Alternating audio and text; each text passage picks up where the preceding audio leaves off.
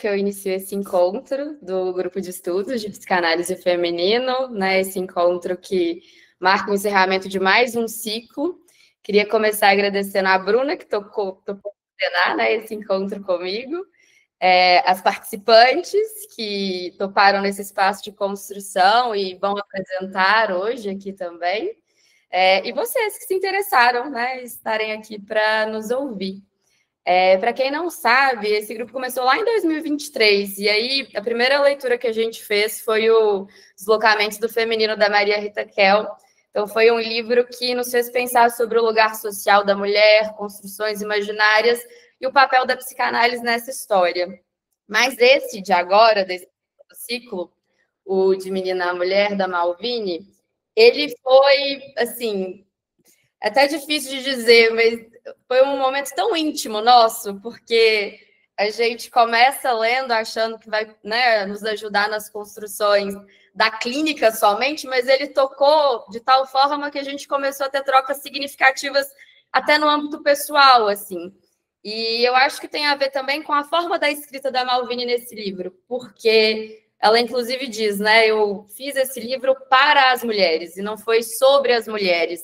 Então, de alguma forma, ela deixa sempre em aberto coisas para a gente pensar, refletir, trocar sobre como a relação mãe-filha, como a construção da feminilidade vai nos tocando. Né? E ela, para além da psicanálise, também utiliza o cinema e a arte como um recurso para dizer de coisas que, às vezes, a palavra não consegue, né, encontrar. Então, para além da gente trocar sobre aquilo que, né, tocou a cada uma, hoje a gente vai deixar também aqui o convite para vocês, caso desejarem seguir com a gente. A gente já vai começar na próxima semana um novo livro. Foi unânime a decisão, todo mundo quis continuar lendo a Malvine, está todo mundo apaixonado com essa mulher aqui. E a gente vai seguir com o Amor, Paixão Feminina. Então, já deixo aí o convite para vocês. Vou mandar lá no grupo todas as informações mais burocráticas de como, né, o grupo funciona. Não quero me estender aqui com isso, não. Mas aí uma coisa que eu queria compartilhar com vocês, que a gente pensou como uma surpresa para quem está aqui no ao vivo, é que a gente queria muito saber também como, né, esse encontro vai tocar cada uma de vocês. E a Bruna acabou de lançar um livro, então não sei se todo mundo conhece, que é o Fragmentos da Vida Pulsante. E aí a gente quer presentear alguém que está aqui hoje com esse livro. Então, eu vou pedir para vocês depois deixarem nos comentários, né, como esse encontro tocou vocês, que aí a gente envia para o comentário também que tocar mais a gente, né? Mas, bom, vou passar agora já a palavra para a primeira pessoa que vai apresentar, que é a Ana Cláudia. Já vamos lá. Só um recado também. Vamos deixar para fazer as perguntas no final, mas vocês podem já ir deixando comentários, questões, que aí a gente abre depois, tá bom?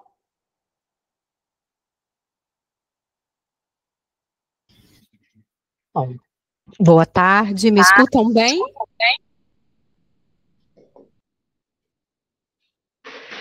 Sim? Estou me escutando com eco aqui. Tem um pouquinho de eco só.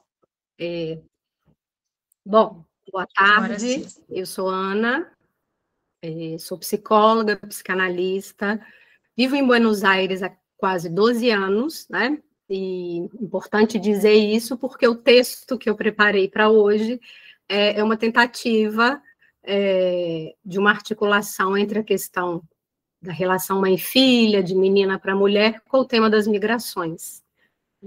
Eu vou ler, para não me perder, com o texto e nem com o tempo que a gente tem. Eu estou um pouco resfriada, então espero que a minha voz, né, alcance para a leitura. Este texto foi escrito a partir da minha prática clínica com mulheres migrantes em Buenos Aires, de estudos sobre a relação mãe-filha e da leitura e dos encontros do livro de Menina a Mulher, A Construção da Feminilidade. A escuta de mulheres migrantes, aliadas à minha própria migração, foram os disparadores das questões e do interesse sobre a relação entre mulheres, relação mãe e filha, feminilidade, feminino e migrações. Como a menina se torna mulher? Para ser mulher, é preciso ser mãe? De que maneira uma filha se separa de sua mãe? De que modo as migrações se articulam com a relação mãe e filha? Sabemos que Freud se dedicou especialmente à questão da mulher nos textos A Sexualidade Feminina e a Feminilidade, localizando a relação pré-edípica da menina com a sua mãe como cerne da questão feminina. Para o autor, o ponto central está vinculado ao processo de separação da menina de sua mãe, sendo tarefa da filha alcançar esta separação. Nas palavras de Freud, talvez seja melhor dizer que a ligação com a mãe precisa acabar, justamente por ser a primeira e tão intensa. Lacan nomeou como devastação a relação entre mãe e filha, ressaltando que tal relação pode ocorrer na esfera do amor. No texto, o ator dito afirmou que a relação de uma mãe com sua filha é constituída, na maioria das vezes, em uma devastação para a filha. Segundo o autor, a filha espera receber mais substância da mãe do que do pai, o que significa dizer que espera uma resposta para a pergunta: o que é ser mulher? Pergunta que não tem uma resposta única, abrindo para o campo da criação, da invenção singular de cada uma. As respostas que são construídas para responder a esta pergunta têm relação com a história de vida e com a relação entre a menina e sua mãe. Segundo Malvini, o que uma filha espera receber da mãe para a edificação da sua feminilidade nem sempre é o que a mãe oferece. Da mesma forma, o que uma filha provê para a consolidação da feminilidade da mãe nem sempre é o que a mãe almeja receber. Ou seja, esta relação é permeada por encantos e desencantos, envolvendo e atualizando a relação da mãe com a sua própria mãe, em um movimento de gerações. Malvini ressalta a dificuldade em se separar os respectivos destinos de mulher. Quais os efeitos disto na clínica com mulheres que migram? Em algumas mulheres que escuto sobre transferência, a relação mãe e filha atravessa o processo migratório, ressaltando as marcas de uma relação devastadora com a figura materna. Trata-se de mulheres que migram a outro país, mas que permanecem capturadas pelo imperativo materno, sem nenhuma possibilidade de mediação em relação à figura da mãe. O que podemos observar na clínica se refere a uma repetição no discurso de algumas analisantes de uma intensa ligação com a mãe, que aponta para uma posição de um sujeito submetido ao outro materno. Em uma lógica em que a separação mãe e filha não pôde ser transitada, nos encontramos com mulheres submetidas a este outro materno, que segue sendo quem orienta os caminhos da filha na terra estrangeira. De acordo com Malvini, em seu livro De Menina a Mulher, apesar de atualmente as filhas estarem mais preparadas para seguir os seus próprios caminhos, o desejo materno segue pesando nas decisões, escolhas e trajetórias das filhas. Nas palavras da autora, quanto mais a filha se sente implicada nos projetos narcísicos de sua mãe, que se desenvolvem em torno de sua vida, mais ela deve, para sair desse nível de indistinção, introduzir uma ruptura. Quais os recursos que cada mulher encontra diante da devastação, ou dessa ligação intensa entre mãe e filha? Diante da encruzilhada colocada pela devastação entre uma mãe e sua filha, a migração pode aparecer, para algumas mulheres, como uma saída inconsciente que permite abrir espaços para novos caminhos geográficos e subjetivos, o que significa dizer que o deslocamento geográfico pode dar lugar a um deslocamento subjetivo ao colocar a migração como um intervalo, uma brecha, entre si mesma e o outro materno. Escobari, em seu livro Quem sai da pátria a si mesmo escapa, afirma que a opção pela migração parece ser uma saída psíquica para alguns sujeitos que tentam evitar a atração todo-poderosa que pode exercer o corpo de uma mãe. Então, migrar adquire sentido de tentativa de uma mudança de posição subjetiva na lógica partir igual separar. Assim, a língua da mãe, que tem veneno de serpente e é mortífera, é trocada por outra língua, a estrangeira. Saída psíquica inconsciente que marca uma passagem de um lugar ao outro, mas que em muitos casos não pacifica a relação conflitiva, sendo necessário o espaço analítico para tecer a separação simbólica. Nas palavras de Malvini, em seu livro Relação Mãe e Filha, pela ligação particular que a filha, desde menina, estabelece com a mãe, ela mais facilmente continua, de certa forma, alienada no desejo da mãe. É essa espécie de alienação ao desejo do outro materno que traz dificuldade para uma filha separar-se da mãe, erigindo um desejo próprio. No capítulo 27, intitulado Um Nós Amalgamado, Malvini ressalta a dificuldade de muitas mães que insistem em enfrentar a experiência de separação de suas filhas. Estudar fora, sair de casa e morar sozinha aparecem como movimentos das filhas na tentativa de se distanciar da posição de menina, se aproximando da posição de mulher que escolhe o seu próprio destino. A autora nos apresenta o filme Brooklyn, 2016, onde, diante das dificuldades impostas pela mãe no processo de distanciamento da filha para tornar-se mulher com caminhos e desejos próprios, Eilis decide migrar da Irlanda para os Estados Unidos em busca de novas oportunidades de vida. Não sem angústia e saudade de casa e da mãe, Eilis chega à conclusão, após uma viagem de visita à mãe na Irlanda, de que para existir e conquistar sua liberdade de viver como mulher, e não como menina, amalgamada aos desejos de sua mãe, é necessário partir. De que maneira uma filha se separa de sua mãe? Segundo Lutero, cada mulher tem que buscar algum modo de separar de sua mãe, o que envolve um enorme trabalho psíquico para se distanciar da voz da mãe.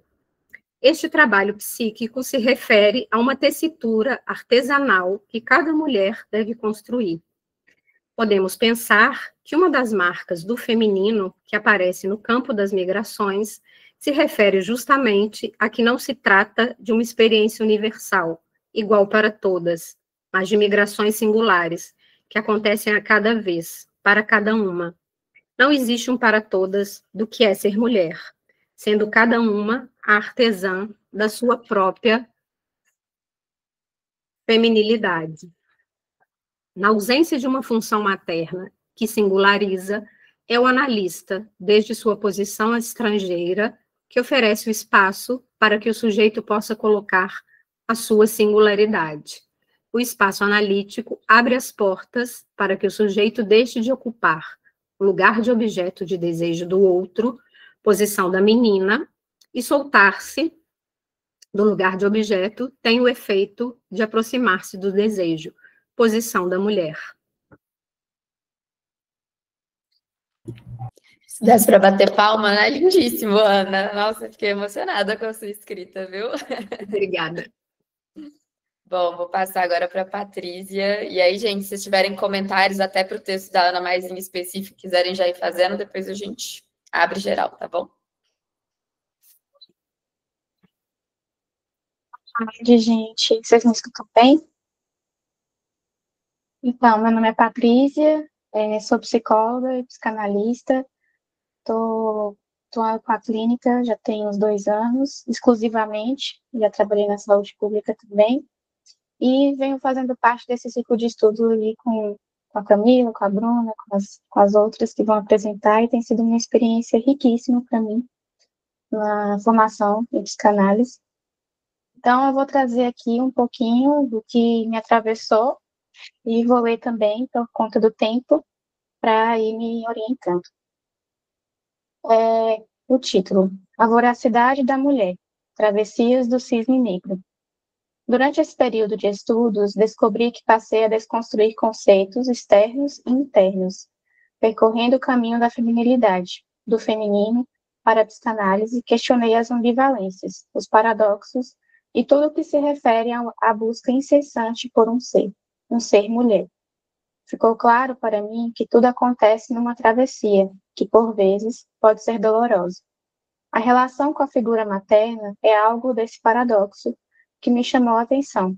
Já havia assistido o filme Cisne Negro, 2010, do cineasta Darren Aronofsky, mas quando li o capítulo que a autora Malvine Zelkberg atribui como amor ambivalente entre mãe e filha, se abriu um novo olhar que tentarei descrever com essa escrita. A menina não possui a voracidade da mulher. É isso que a torna livre. O reconhecimento de que algo sempre faltará. Ela vislumbra um horizonte à distância, mas enquanto permanece presa à perfeição da performance e encara a dor apenas como algo a ser superado e não vivido, sentido na pele, refugia-se na doçura e na meiguice, perdendo de vista o outro lado do ser. Esse lado selvagem que precisa de espaço para emergir, a agressividade necessária para se colocar no mundo. A perfeição não é apenas o controle, também é se deixar levar, Nina. Surpreenda-se, para poder surpreender a plateia. Transcendência, poucas pessoas têm isso nela. Essas palavras do diretor ecoam para a bailarina, que ainda não compreende. Para ela, sair do lugar de menina para tornar-se mulher é como arrancar a própria pele, ainda que seja a sua própria pele. Apropriar-se do corpo como algo seu e de ninguém mais, o que isso significa? Parece implicar estar só, diante do vazio da existência. É encará-lo e ainda assim continuar desejando, ou talvez desejar de verdade. Nina não consegue falar sobre o sexo, pois nunca viveu a experiência. O prazer não aparece, sendo assustador e limitado. O papel da mãe nessa travessia se revela no filme na ordem do absoluto. O excesso de cuidados dirigidos ao corpo da filha, sob o pretexto de zelo, transforma-se em controle. A mãe trata o corpo de Nina como se ainda fosse o de um bebê, ferindo-a quando surge a rivalidade e projetando nela suas próprias frustrações. Assim, o corpo da bailarina trava, não flui no movimento. O diretor tenta seduzi-la para que experimente a entrega ao instante, de forma abusiva, o que desperta fantasias em Nina. Rivalizando com outra bailarina, ela busca novas referências do que seria ser mulher. O outro lado, o ser cisne negro. Nesse processo, a história infantil é rompida, os ursinhos de pelúcia caem por terra e um limite se impõe na porta do quarto. O poder que ela procura só pode ser alcançado quando conseguir relaxar em seu próprio eu. Mas como fazê-lo sem uma identidade formada, sem um eu separado da mãe e de toda a sua lógica? A única pessoa no seu caminho é você mesmo. Livre-se dela, solte-se. Parece que livrar-se de si significa desprender-se do olhar materno, das significações herdadas, para que sua própria confiança e poder de seduzir o outro possam emergir. Contudo, Nina trilha esse caminho pela via da paranoia e do delírio, revelando uma estrutura psicótica. Sentir a perfeição para ela equivale a deixar de existir, ser apenas objeto de satisfação do outro e não sujeito de sua própria apropriação, ser si mesmo, ser mulher. Portanto, é interessante observar que cada mulher irá encontrar sua saída para lidar com a angústia da existência, e que a relação materna faz parte de uma ancoragem para estabelecer algo de sua identidade feminina. Nesse sentido, ter a possibilidade de simbolizar o eu a partir das suas próprias experiências, exercer a sua sexualidade é importante para se constituir fora da relação dual, para então estar no mundo como sujeito e não como objeto de performance. É isso. Obrigada, Patrícia. Muito lindo também de quando você foi lendo o seu texto e com algumas perguntas, né, que você se faz dirigindo ela. Me lembrou muito o que a gente fazia nos grupos, né? Se fazendo essas perguntas a partir de dentro. Assim. Então, Muito obrigada. A próxima é a Josi. Oi, gente, boa tarde. Meu nome é Josimara, mas podem me chamar de Josi. Eu estou um pouquinho nervosa, porque eu nunca falei para tanta gente assim, então relevem. Eu sou psicóloga de formação há 5 anos, e sou psicanalista lacaniana na clínica há mais ou menos uns 3 anos e meio, quase 4. E também sou psicóloga, exerço a função de psicóloga social dentro do CRAS da minha cidade, da cidade onde eu moro, no caso em Águas Lindas. E na clínica eu atendo majoritariamente mulheres. O texto que eu trouxe hoje, ele é um atravessamento do que a gente vem falando no grupo, do que eu escuto na clínica e do que eu também vejo as raras situações lá no CRAS. Porém, ele não é de algum filme do livro, ele é de um outro filme que eu assisti, mas não significa que eu não fui atravessada pelo filme, pelo livro da Malvine. É muito pelo contrário, por ter sido atravessada pelo livro dela, que eu olhei para um outro filme de uma forma diferente. Então, eu estarei falando sobre quando mãe e filha se separam, o que podem descobrir uma da outra, através do filme que eu acredito que todo mundo aqui já assistiu, que é Uma Sexta-feira Muito Louca. Então, vou iniciar o texto, ele é bem pequenininho, não é tão grande, não. Quando mãe e filha se separam, o que podem descobrir uma da outra? Durante a infância, é muito comum que as meninas queiram ser como suas mães, e isso se manifesta em brincadeiras de casinha e mamãe e bebê, onde geralmente as crianças imitam o jeito de falar, de andar e até mesmo o jeito de dar bronca. No texto, o estágio do espelho, como formador da função do eu, texto dos escritos, Lacan cita que basta compreender o estágio do espelho como uma identificação, no sentido pleno que a análise atribui a esse termo, ou seja, a transformação produzida no sujeito quando ele assume uma imagem. Nesse sentido, é possível compreender que a criança precisa se identificar com um grande outro, que aqui podemos chamar de mãe, mas é válido lembrar que grande outro pode ser qualquer coisa, para a formação do seu eu, que chamaremos de seu ser. Assim, a criança, assujeitada a esta mãe, tende a agradá-la de todas as maneiras, calçando seus sapatos, vestindo suas roupas, tirando notas boas, se comportando da maneira que a mãe idealiza que ela se comporte. Até chegar o momento em que esse sujeito passa a desejar outras coisas para além de sua mãe, iniciando uma série de conflitos entre mãe e filha. Conhecemos esse momento por adolescência.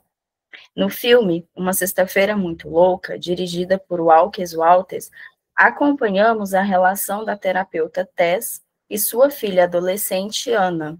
Ambas têm personalidades e visões de mundo completamente opostas, o que gera conflitos nessa relação. Em uma noite de quinta-feira, após uma calorosa discussão em um restaurante chinês, um incidente místico envolvendo o biscoito da sorte faz com que as duas troquem de corpo, causando uma grande confusão. Ao acordarem na sexta-feira, sem entender muita coisa e sem muita escolha, vivem um dia na pele uma da outra. Há um momento no filme em que Ana, no corpo de Tess, utiliza o cartão de sua mãe para comprar roupas mais descoladas, assim como Tess, no corpo de Ana, utiliza roupas e penteados mais comportados, demonstrando a idealização que mãe e filha têm uma sobre a outra. Ana de uma mãe mais descolada, assim como Tess de uma filha perfeita, que se veste e age como ela, em uma falha tentativa de mostrar que sabe o que é melhor para a filha.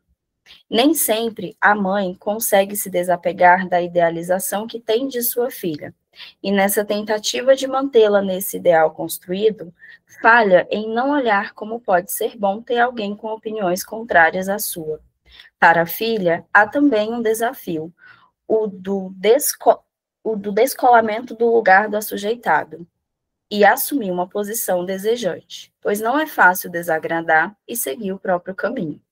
Quando Ana, no corpo de Tess, responde, dizendo que a mãe está estragando a sua vida, é um aviso vivo de que a mãe falhou, em não ser, como diz o Winnicott, uma mãe suficientemente boa.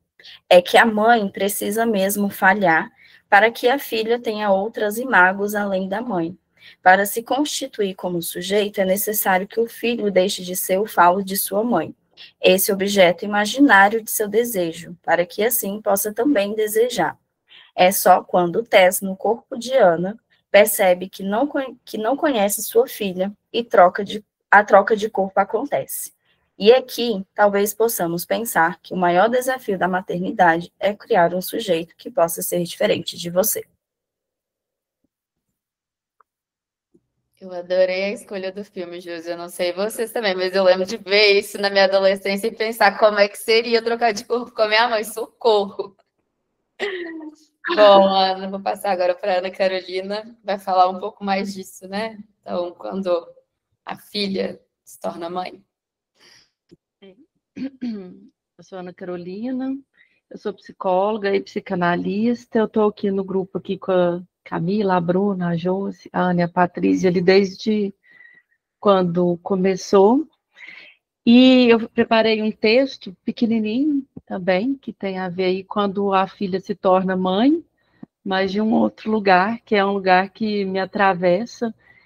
E tem um capítulo nesse livro da Malvine, que chama Menos Filha e Mais Mãe, que me chamou muita atenção porque é algo, eu não trouxe filme, mas é algo íntimo meu, de quando eu me tornei mãe, que eu também tive que me perceber sendo menos filha, para poder ser mais mãe do meu filho, e depois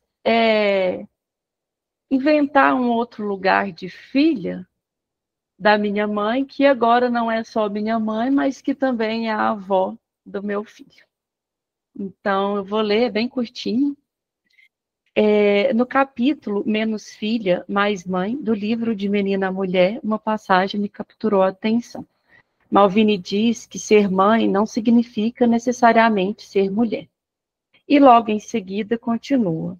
Só uma mulher que não é mais demasiado, ou principalmente filha de sua própria mãe, pode adquirir a liberdade de ser uma, aí eu coloquei entre parênteses, mãe para sua filha. E aqui eu acrescentei também para seu filho, que no caso eu tenho um filho e não uma filha. Antes de nos tornarmos mães, somos apenas filhas. E há mulheres que se tornam mães antes de deixarem de ser filhas. É nesse intervalo entre o que ainda não terminou e o que começa que muitas se perdem. O corpo amadurece, o bebê nasce, mas dentro ainda há uma menina à espera de colo, mesmo que vejamos ali uma pessoa adulta. Ser mulher não é sinônimo de ser mãe. E ser mãe, por si só, não garante que a mulher tenha nascido juntamente com a maternidade. É preciso atravessar algo que não se ensina. Fazer um corte, uma separação, uma perda. Deixar de ser, ao menos, um pouco filha, para poder tornar-se mãe. Há vínculos que se prolongam tanto que impedem o surgimento do novo. Uma ligação intensa demais com a mãe pode dificultar ou até impedir que a mulher se volte para o segundo amor de sua vida, que é o pai, e deixe para o terceiro o parceiro amoroso. Permanece assim colada ao primeiro amor, a mãe. O amor primeiro, aquele entre mãe e filha, pode ser tão profundo que às vezes aprisiona. Fica-se colada à origem. E então, quando nasce o bebê, surge o medo. E se eu não der conta? E se ela não me amar? Ela ou ele, né? O bebê. Talvez o medo não seja o da maternidade, mas o de ainda precisar ser amada como filha, pois é preciso aprender a inventar como é amar como mãe. Tornar-se mãe é suportar a ausência da mãe que fomos buscar dentro de nós, e também a ausência da nossa própria mãe. É entender que não há um manual, nem herança suficiente que ensine o amor que será preciso inventar. É um parto dentro do parto, o nascimento de uma mulher que só pode emergir quando a filha, dentro dela, aceita crescer e tornar-se mulher. A maternidade, quando vivida assim, não é apenas dar à luz, é dar forma a uma existência própria. é reconciliar-se com a menina que um dia quis ser amada e agora aprende a amar. Porque, no fim, ser mãe não é um título, é uma travessia. E ela só acontece quando se ousa deixar de ser um pouco filha para tornar-se mãe e também mulher. Lindo, Ana. Acho que você fez um enlaçamento do livro, né? Assim, de todas essas travessias mesmo, desses lugares que muitas vezes se confundem todas essas relações, né? Bom, vou passar para a Bruna, nossa poeta. Então, gente, eu estou aqui emocionada com o trabalho de vocês e com esse encontro. Eu acho que cada uma de vocês trouxe, de fato, aquilo que atravessa o percurso, né? E esse grupo, além da teoria, eu acho que possibilita, né, a gente a trocar desse lugar de menina, né? Não trocar só, mas tocar, né? Como tocou cada uma aí na escrita do papel, e tenho certeza que na escrita da sua clínica, da sua vida, tem sido, né, atravessada por essas leituras e por esse grupo que a gente foi criando, né, tão afetuoso em poder trazer coisas, né, da menina que a nossa mãe foi, da menina que a nossa avó foi e da menina que a gente foi e das meninas que a gente, né, vai ter e está tendo. Eu sou mãe de menina, mas pensando também nisso, né, que a Ana trouxe do parto, né, dentro do parto, não só na possibilidade da invenção, né, pela via da maternidade, mas das outras filhas e filhos que a gente vai tendo na vida. Por exemplo, estar hoje aqui, né, criando e possibilitando esse encontro é uma forma de inventar algo a partir desse colamento com a mãe, né? Se não tivesse um descolamento, a gente não poderia estar aqui falando, elaborando, né? Se separando, partindo, né, para outro país, como a Ana Oliveira trouxe. E aí, a partir disso, eu quero trazer, né, para a gente finalizar e também abrir para comentários, uma escrita do meu livro, que eu gosto muito, que se chama Maternar pela Escuta. Antes de maternar, fui escutada. Meu maternar não começou no parto, nem no primeiro choro do bebê. Começou na análise, onde antes de ser mãe, fui filha, mulher, sujeito em travessia. Foi na escuta de uma análise que pude, pouco a pouco, dar lugar àquilo que me habitava. As faltas, os fantasmas, os restos da minha própria história com o materno. A maternidade não surgiu como um instinto, mas como um atravessamento possível, um campo de desejo que só pôde emergir porque encontrou um lugar para ser dito. Ali, deitada no divã, pude elaborar as marcas deixadas pela mãe que tive e pela que não pude ter. A escuta analítica me permitiu reconhecer que, antes de oferecer cuidado, eu precisava simbolizar as minhas próprias dores, reencontrar minhas próprias faltas, nomear os meus excessos. O maternar, para mim, não veio pronto. Ele se constituiu como construção possível justamente por não estar totalmente preso a ideais ou fantasias de completude. A análise me ensinou que a mãe suficiente não é a perfeita. É aquela que sustenta a falta, que suporta o não saber, que pode desejar mesmo sendo atravessada pelo cansaço, pelo medo, pela ambivalência. Meu maternar, portanto, começou no silêncio escutado, no desejo elaborado, na palavra dita e muitas vezes naquilo que não pôde ser dito, mas foi escutado. É por isso que digo, antes de maternar o outro, precisei ser escutada em mim. Bom, eu acho que esse texto casa e descasa ao mesmo tempo, né, com esse grupo, porque como a Camila começou falando, esse livro da Malvine ele não foi feito só para psicanalistas, psicólogos, ele foi feito para mulheres. E é por isso que estamos aqui, né, para falar e para criar em relação a esse ser mulher, né? E abro aí para perguntas para a gente continuar.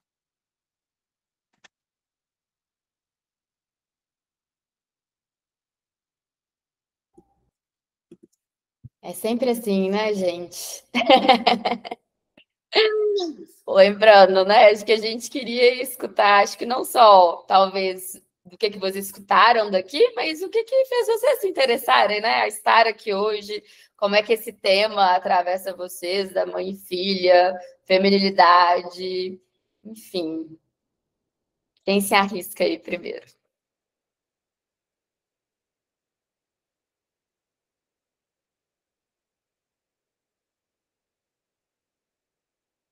Vou ler aqui o comentário. Separar-me de minha filha mais velha foi um divisor que permitiu, a partir daí, nos tornarmos mulheres inteiras e plenas da consciência dos lugares que ocupamos. Assim, pudemos assumir nossos verdadeiros papéis. O de mãe sendo mãe, o de filha podendo finalmente ser filha. Só percebi essa usurpação de lugares e papéis através da terapia, como uma psicanalista responsável e séria. Que bonito isso, né? A gente foi falando também sobre como muitas vezes um processo de análise vai permitir, então, né, essa recolocação nessas relações. E acho que uma coisa que a Malvine afirma em todos os capítulos possíveis do livro é que é uma relação de separação, né, e alienação que é constante. Então, que em vários momentos e fases da vida, esse processo ele pode se abrir, ele pode se fechar. Então, a cada trabalho também que apareceu aqui hoje foi um pouco disso, né? Então, seja no processo migratório, seja eu me tornando mãe, seja na adolescência, seja quando eu estou na minha primeira experiência sexual e amorosa, como é que ter essa relação com o outro me remete a esse lugar que eu tive, que a gente fala muito mãe, mas vamos considerar, né? É o primeiro amor. E a Malvine também escreve uma das primeiras páginas assim do livro, que o amor é uma cola poderosa. E acho que a gente pode escutar, né? Que é aquela cola que une, mas que a união também pode prender, né? Não é só esse lado bonito que a gente vê. Então, tem toda uma ambivalência aí. Chayane, vou passar para você a palavra. E é tão interessante que é o primeiro encontro que eu participo do grupo de vocês. Algumas eu já conheço. E assim, quando existe uma separação entre mãe e filha, entre namorado e namorada, a gente, quando a gente volta, porque eu tô num relacionamento assim, a gente fica com mágoas que fica nesse interno, isso até já foi comentado entre eu e ele, de que às vezes a gente transparece aquilo que a gente está sentindo mesmo tu estando com um sorriso no rosto, sabe? E a pessoa que está na relação, ela percebe mesmo que tu não transpareça em palavras. Ela vê nas tuas atitudes internas e externas, sabe? Aquilo que tu tá querendo dizer, mesmo que tu não consiga dizer.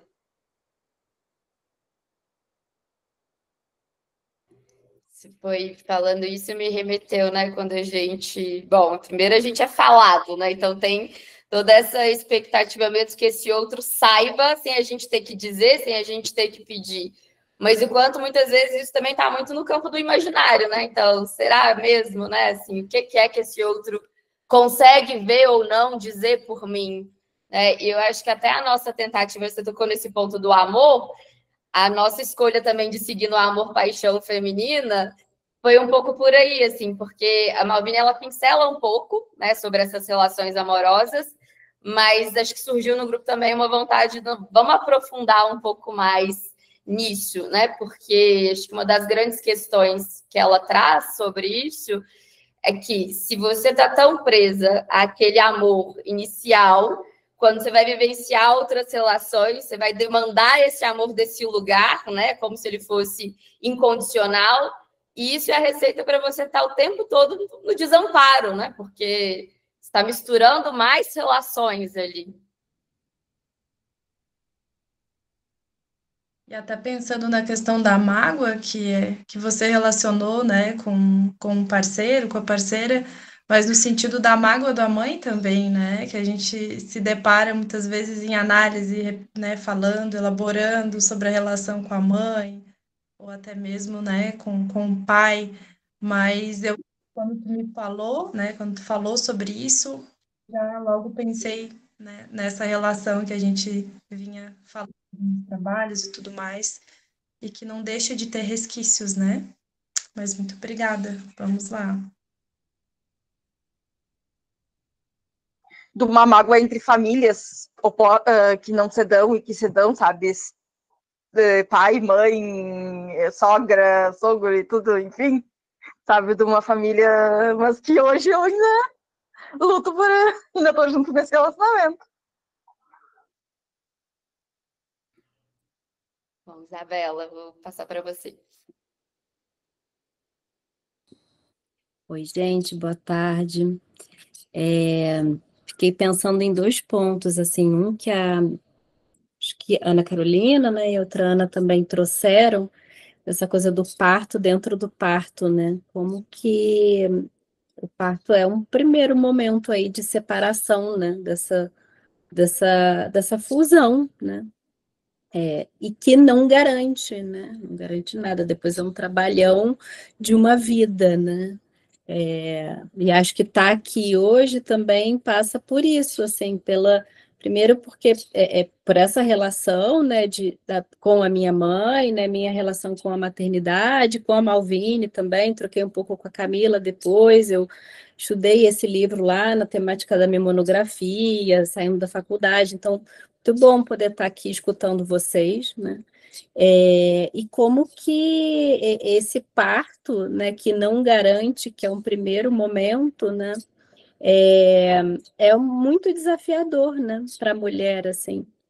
E de alguma forma, depois eu fiquei pensando, assim, enquanto a Ana falando, é um partir para onde, né, assim, e que é essa separação, né, esse nascimento e esse renascimento, assim.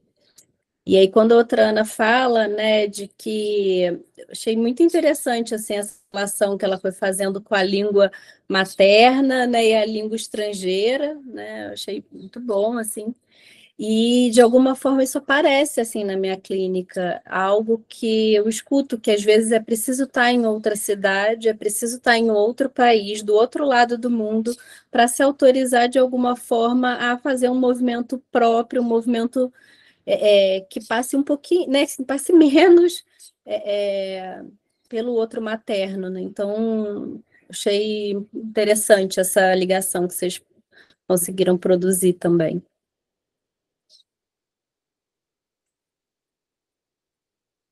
As meninas que falaram sobre isso querem fazer algum comentário a partir do que a Isabela falou?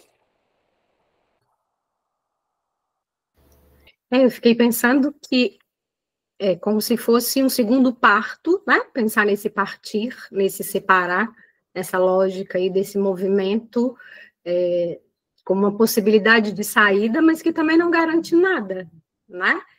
É uma tentativa de poder construir outra coisa em outro lugar. E aí vai depender de cada caso, né? Tem mulheres que eu escuto na clínica que o próprio o deslocamento geográfico em si já opera algo nessa relação em que é possível modificar esse laço, né? Em outras, só o deslocamento geográfico não alcança para produzir nenhum giro, né? E a mulher permanece totalmente submetida, né, a esse outro materno. E aí é necessário o espaço analítico para poder construir outra coisa, né? E que é muito isso, sair de um lugar impossível, quando você diz que é necessário, isso acontece não só de um país para outro, né? De morar sozinha, de uma cidade para outra, de vários movimentos, né? Mas que é um pouco isso, sair de um lugar impossível, né? Onde não tem espaço para 2 sujeitos, para tentar construir um lugar viável. Obrigada, Ana. Vou passar para a Bruna Mendes agora. Oi, Camila. Oi, gente. Bom, eu não li o livro e eu ainda cheguei atrasada, mas eu, escutando ali, acho que era a Bruna que estava falando, né? Depois outras conversas vieram, né? Mas enquanto a Bruna estava falando, né, de que na análise vem a mágoa da mãe, eu estava pensando que também vem a mágoa do filho, né? Porque aquele filho que está ali na nossa frente, ele não é filho que a gente fantasiou, filho que a gente esperava, filho que a gente, né, idealizou tanto. Ele é um filho completamente diferente. Ele é um filho que faz barulho, ele é um filho que não dorme à noite e que tem uma mágoa ali também. Mesmo que ela não seja dita, ela existe. Quer dizer, ela é dita na clínica. E por causa disso, tem culpa. E aí, onde é que fica essa mãe, né? Cadê o lugar dessa mãe e dessa culpa? Enfim, eu fiquei pensando nisso, do filho real, enquanto a Bruna falava. Também tem a queda do filho ideal que a gente faz, né? E, enfim, eles fazem quando se tornam mães, né? Então, assim como a gente trabalha a relação do ideal daquela mãe que a gente não pôde ter, o filho também entra depois nesse lugar, né? Bem importante isso que tu trouxe. Obrigada. Gleice, feliz que você está aqui. Oi, gente, boa tarde. Então, eu fiquei pensando muito sobre uma coisa que a Bruna trouxe, a Ana também, como que a análise vai proporcionando um espaço de produção e de visitação de um lugar muito simbólico dessa relação. Me lembro de uma sessão de análise onde a minha analista me pergunta, né, você realmente precisa de falar isso para sua mãe? E eu me pergunto, será que é para ela mesmo, né, que eu preciso falar? E eu acho que a análise simbolicamente vai proporcionando um espaço de contínua travessia, ao mesmo tempo em que a gente também consegue, na análise, visitar alguns lugares da adolescência, da infância, então da filha, da menina, da mulher, e quem sabe da mãe, né? Então, poder visitar esses lugares simbolicamente proporciona com que o sujeito que está em análise possa estabelecer outros tipos de relações para além desta que foi definida inicialmente. Então, como que a análise é tão importante, porque sem isso, né, a gente vai fazendo arranjos para fazer a travessia de outras formas, a análise não é a salvação da pátria amada Brasil, né, mas é como a análise vem oferecendo uma coisa a outra, né, e como que isso simbolicamente tem a possibilidade de você construir relações de afeto, menos conflito, proximidade e distância ali, um passeio entre esses dois lugares, né? Às vezes em outro país, às vezes em outra cidade, às vezes em outra casa, às vezes mesmo dentro da mesma casa. Então, essa fluidez que a análise vai proporcionando das relações, né? Fiquei pensando nisso. Não, muito incrível a sua fala, Gleice, porque acho que uma das palavras que mais aparece nos capítulos, sem brincadeira, né, gente, é medida. E aí é uma medida que é subjetiva, porque a gente ficava, mas qual medida então? E querendo ou não, a análise, na medida que você vai visitando esses lugares, você vai descobrindo qual que é a sua própria medida do que é possível tolerar naquela relação, então qual distância que eu vou tomar. Olha, já nem, né, me fere tanto me aproximar mais, então agora é possível fazer isso. E eu acho que esse livro, né, então acho que tem gente que ainda não leu, então fortemente recomendo, a maior propaganda, porque justamente com os filmes a gente consegue se ver em outros personagens, e às vezes é mais fácil, né, quando a gente pode se ver no outro, e não necessariamente lá em análise tendo que se ver em si mesmo, né, então eu acho que vale muito a pena. Josi, diga lá. Quando a Bruna Mendes, acho que foi ela que falou, sobre o filho real, quando ela disse essa palavra, eu lembrei de uma das discussões que a gente teve no grupo, que foi sobre os bebês reborns, e aí a gente falou algo sobre isso também, lendo o livro, assim, que talvez uma das coisas que fez o Bebê Reborn ser um sucesso é porque ali você podia lidar com o filho idealizado, aquele que não faz xixi, não faz cocô, não chora, dorme tranquilamente, não faz nenhum barulho, você pode seguir a sua vida. Quanto ao filho real, você tem que dar conta dele, né, do choro, da birra, da fome, então você tem que ser... esse filho tem que ser assujeitado a você de alguma maneira, ele vai precisar de você porque é um sujeito de necessidades, e o Bebê Reborn não está nesse lugar. Daí, Gleice, você falando sobre como que o processo de análise são as construções, né, e a possibilidade também de você lidar com mãe e filha até mesmo é ótimo, né? Mas no mesmo ambiente, assim, me fez pensar em uma coisa que eu sempre falo, já falei no grupo também, que uma das maiores surpresas para o analisando ali no processo é quando ele descobre que de alguma maneira também é parecido com a mãe em alguns pontos, e isso causa muita estranheza. E aí essa pessoa começa, nossa, eu não tinha pensado que eu era tão parecida com a minha mãe, não tinha observado isso. Só que dentro do processo de análise, além de você perceber, você pode construir coisas para além disso, né? Tudo bem, eu sou parecida com a minha mãe, mas o que me difere dela? Desse ponto que é parecido, mas também que é diferente, porque aí eu vou agir de uma outra maneira. E isso causa estranheza, assim. Então, não é fácil mesmo para a filha sair se deslocar desse papel aí de eu ainda estou como falo da minha mãe. E precisar sair disso e fazer novas construções é um desafio, eu diria, pela minha experiência clínica. Muito bom, Josi, essa pontuação. Gente, mas alguém quer falar? A gente tem tempo para mais um comentário, que, né? Tem que atender logo na sequência, sabem como é que é. Alguém mais? Ida? Posso? Claro. Eu estava procurando aqui qual é que era a frase que eu tinha gostado do livro. E foi uma frase que eu até cheguei depois a postar no Insta, logo que eu comecei. Eu vi que ela é bem do comecinho da introdução, eu estava procurando os capítulos, mas é da introdução.